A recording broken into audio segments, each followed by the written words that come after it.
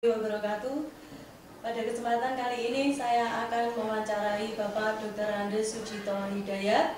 Beliau seorang guru IPS di MTSN Kota Magelang. Selain sebagai guru, beliau juga menjabat sebagai Wakasatpras di MTSN. Selamat siang Bapak. Selamat siang. Ya, pada kesempatan ini saya ingin menanyakan mengenai supervisi pendidikan, Bapak. Menurut Bapak, supervisi pendidikan itu apa? Ya. Menurut saya secara sederhana, supervisi pendidikan itu adalah suatu kegiatan yang dilaksanakan oleh seorang supervisor untuk mengamati dan menilai terhadap kinerja yang dilakukan oleh guru atau tenaga pendidikan di suatu sekolah. Ya. Nah, jadi intinya itu. Ya. Dan begitu berarti Bapak sudah pernah untuk disupervisi? Pernah, kira-kira setahun yang lalu. Jadi setahun yang lalu saya pernah disupervisi oleh pengawas dari Kementerian Pendidikan Kota Magelang dan juga dari Mapenda Kantor Wilayah Kementerian Agama Provinsi Jawa Tengah. Bisa diceritakan Pak pada saat itu bagaimana prosesnya ketika disupervisi? Ya, jadi saat mau disupervisi itu memang tanpa pemberitahuan lebih dahulu. Jadi supervisor itu berdua langsung datang ke sekolah yang menemui saya, yang intinya mau melakukan supervisi. Yang pertama dilakukan itu adalah beliau menanyakan tentang perangkat mengajar, ya misalnya seperti RPP, silabus dan sebagainya. Beliau melihat, kemudian saya disuruh mengisi semacam angket untuk diisi yang kaitannya menyangkut masalah supervisi atau kegiatan belajar mengajar di sekolah. Nah, setelah itu kemudian beliau masuk ke kelas di mana saya mengajar, kemudian beliau duduk di belakang dan saya mulai mengajar. Nah, selama saya mengajar beliau amati apakah sesuai dengan tahapan-tahapan, termasuk teknik pembelajaran, metode pembelajaran, dan juga termasuk materi yang diajarkan sesuai dengan yang ada di dalam perangkat mengajar itu. Ya. Kemudian adakah tindak lanjutnya Bapak setelah disupervisi? Ya. Jadi setelah supervisi itu selesai, kira-kira dari 2 jam pelajaran itu hanya 1 jam yang dipakai.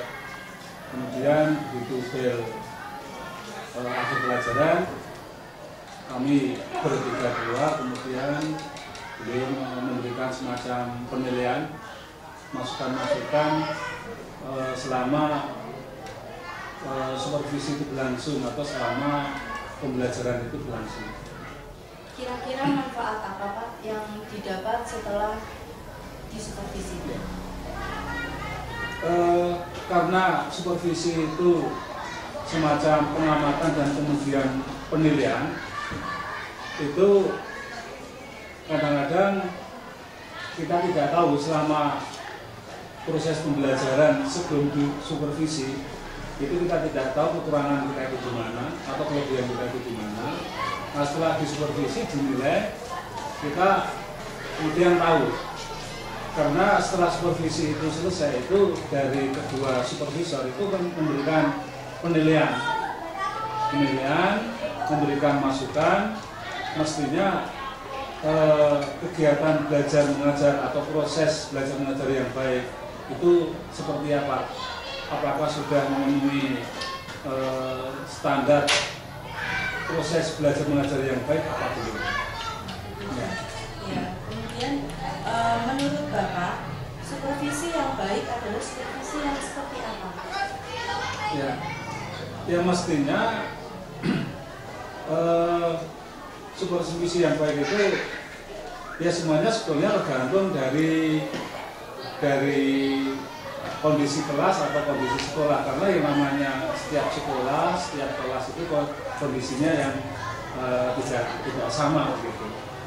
Ya karena apa namanya kaitannya dengan kondisi yang tidak sama itu, sehingga kalau kita mengatakan supervisi yang baik seperti apa itu ya nampaknya susah sekali. Tapi mungkin secara sederhana, supervisi yang baik itu adalah supervisi yang bisa mengamati apa yang dilakukan oleh guru itu secara utuh gitu.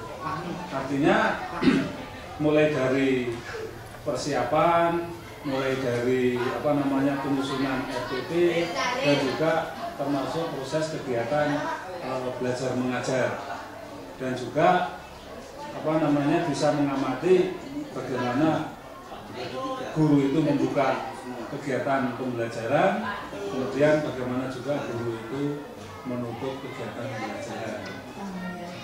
Nah, dengan begitu kira-kira pada saat kemarin di supervisi, Bapak punya hambatan-hambatan yang mungkin Bapak alami pada saat itu?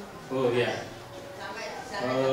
kalau hambatan itu biasa, ya, mesti ada ya, karena tadi seperti yang saya sampaikan, karena tiap kelas itu kondisinya yang tidak sama, berbeda-beda, kemudian situasinya juga nggak sama, kemudian media pembelajaran yang tidak sama di setiap kelas. Nah, kebetulan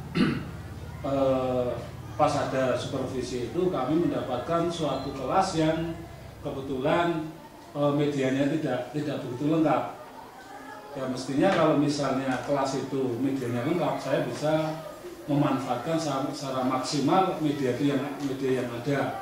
Seperti misalnya kita bisa menggunakan LCD, kemudian bisa menggunakan global, peta dan sebagainya. Karena waktu pas di supervisi itu LCD-nya tidak ada, ya terpaksa kita tidak bisa menggunakan media LCD misalnya. Jadi hambatannya pada media pada saat itu? Ya, media. Kalau untuk pengelolaan kelas itu alhamdulillah tidak ada masalah. Artinya anak bisa terkendali, bisa kondusif dari mulai pembelajaran sampai akhir pembelajaran. Kemudian harapan yang Bapak punya untuk kedepannya supervisi itu mau yang seperti apa? Yang jelas mestinya supervisi yang bisa lebih meningkatkan ya kualitas dari guru bagaimana dia itu mengajar, dan juga ya idealnya supervisi itu dilaksanakan 2 jam pelajaran. Kalau misalnya jatahnya 2 jam, mestinya 2 jam pelajaran, sehingga supervisor bisa melihat secara utuh bagaimana guru itu mengajar. Soalnya kalau hanya 1 jam pembelajaran itu kan hanya sebagian saja, terpotong. Jadi mungkin supervisor itu belum bisa melihat bagaimana akhir dari pembelajaran tadi, karena yang namanya kegiatan pembelajaran itu kan ada yang namanya pembukaan itu kan ada doa, kemudian ada persepsi, kemudian ada yang tahapan yang kedua yaitu kegiatan pokok atau kegiatan inti. Nah, kegiatan pokok atau kegiatan inti itu di situ kita akan ada kegiatan eksplorasi, kemudian ada lagi kegiatan diskusi. Nah, mungkin kalau hanya 1 jam itu hanya terpotong pada kegiatan ini saja, dan kegiatan yang berikutnya itu supervisor nggak tahu karena hanya 1 jam pelajaran. Bagaimana guru mengajar pelajaran dia tidak tahu. Ya, saya rasa cukup sekian Pak untuk wawancara